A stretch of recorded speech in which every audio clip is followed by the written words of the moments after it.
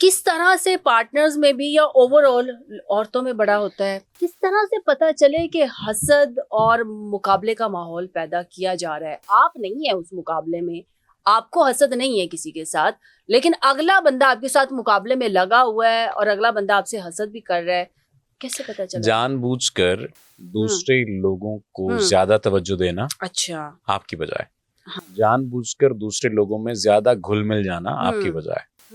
اگر مرد ہے تو وہ اپنی فیمیل کولیگز کے ساتھ، فیمیل فرینڈس کے ساتھ اتنی باتیں اور اس انداز سے باتیں کرنے لگ جائے، اس میں اتنا انوالو ہو جائے کہ اس کی پارٹنر کو یہ احساس ہونے لگ جائے کہ یہ دیکھو اب یہ ہاتھ سے جا رہا ہے یا غلط کر رہا ہے، اور اس سے نہیں یہ تو بنیاد بنا رہا ہے نا. اچھا، یہ بنیاد بنا رہا ہے. اچھا، یہ حسد پیدا کر رہا ہے یا جلسی فیکٹر پیدا کرنے کی کوشش کر رہا ہے، حالانکہ اس کے اندر اپنی ایک ٹریٹ موجود ہے. ٹھیک ہے، بے وفائی کی ٹریٹ موجود ہے، نیگیٹیوٹی کی ٹریٹ موجود ہے، اذیت دینے کی ٹریٹ موجود ہے، نارسسٹک اور ابیوزو پرسن ہونے کی ٹریٹ موجود ہے. یہ تو میں آپ کو بتا رہا ہوں کہ یہ جیلسی کریٹ کی جا رہی ہے، یا یوں کہہ لیجیے جیلسی انڈکشن کی طرف آ رہا ہے سامنے والا بندہ، کہ وہ بنیاد بنا رہا ہے مختلف باتوں کو اور آپ کو غیر محفوظ محسوس کروا رہا ہے.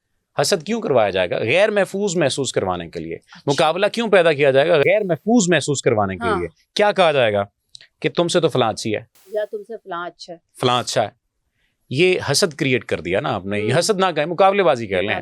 دونوں ایک دوسرے سے ملتی جلتی باتیں. حسد تو یہ ہے کہ کوئی ایک چیز کسی کے اندر موجود ہے اور وہ آپ کے اندر موجود نہیں ہے، اور اس کے نہ موجود ہونے کی وجہ سے آپ نیگیٹیوٹی کا شکار ہو رہے ہیں اور اسے کہیں نہ کہیں آپ لیٹ ڈاؤن کر رہے ہیں. تو یہ تو حسد سمجھ آتا ہے. یہاں پر مقابلے بازی ہے، پارٹنرز کے درمیان مقابلے بازی پیدا ہو جاتی ہے، اور وہ مقابلے بازی مختلف طریقوں سے ہوتی ہے. پیسوں کو لے کر ہوتی ہے. تمہارے پاس تو اتنے پیسے نہیں ہیں، پیسوں کے بغیر میں نے تمہیں ایکسیپٹ کیا.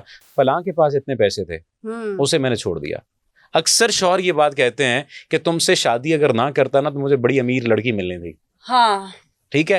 بیویاں یہ بات کہہ رہی ہوتی ہیں کہ ایک بڑا اچھا رشتہ آیا تھا، تمہاری وجہ سے ٹھکرا دیا. یا یہ بھی کہہ سکتے ہیں تمہارے لیے میں نے اپنی اتنی اچھی اپرچونٹی تھی جاب کی، میں نے چھوڑ دی، یا میں جاب کرتی تھی تو میں نے تمہارے لیے چھوڑ دی. تو یہ کہیں نہ کہیں کیا ہے، دوسرے شخص کے اندر یہ گلٹ پیدا کرنا بھی ہے اور جیلسی کریٹ کرنا بھی ہے. جیلسی کو ہم صرف اور صرف، یہ بیسیکلی جیلسی انڈکشن کی ہم بات کرتے ہیں، یہ آفٹر میرج کم ہوتا ہے، یہ بیفور میرج زیادہ ہوتا ہے. یعنی بیفور میرج اگر آپ کا ایک ریلیشن شپ ہے، اس میں آپ کی دوستوں سے زیادہ ہنس کر کھلکھلا کر بات کرنے لگ جائے لڑکی یا لڑکا، تو جیلسی پیدا ہونے لگ جاتی ہے کہ تم کیا، وہ انسیکیور فیل کرواتے ہیں آپ.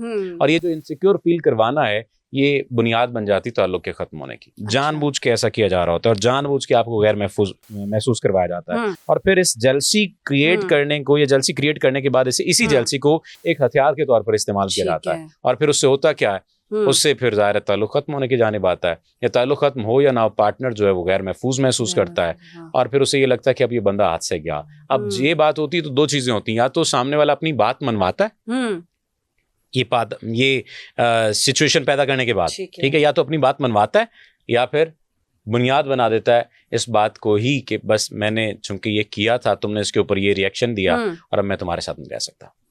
یعنی آسانی سے نکل جانا ہے اور دوسرے والے شخص کو اس نیچ پر پہنچانا کہ وہ اس چیزوں کو بھگتے اور وہ چیزوں کو خراب کرے، اور اپنے اندر یہ احساس تفاخر پیدا کرنا کہ میں اچھا ہوں یا اچھی ہوں.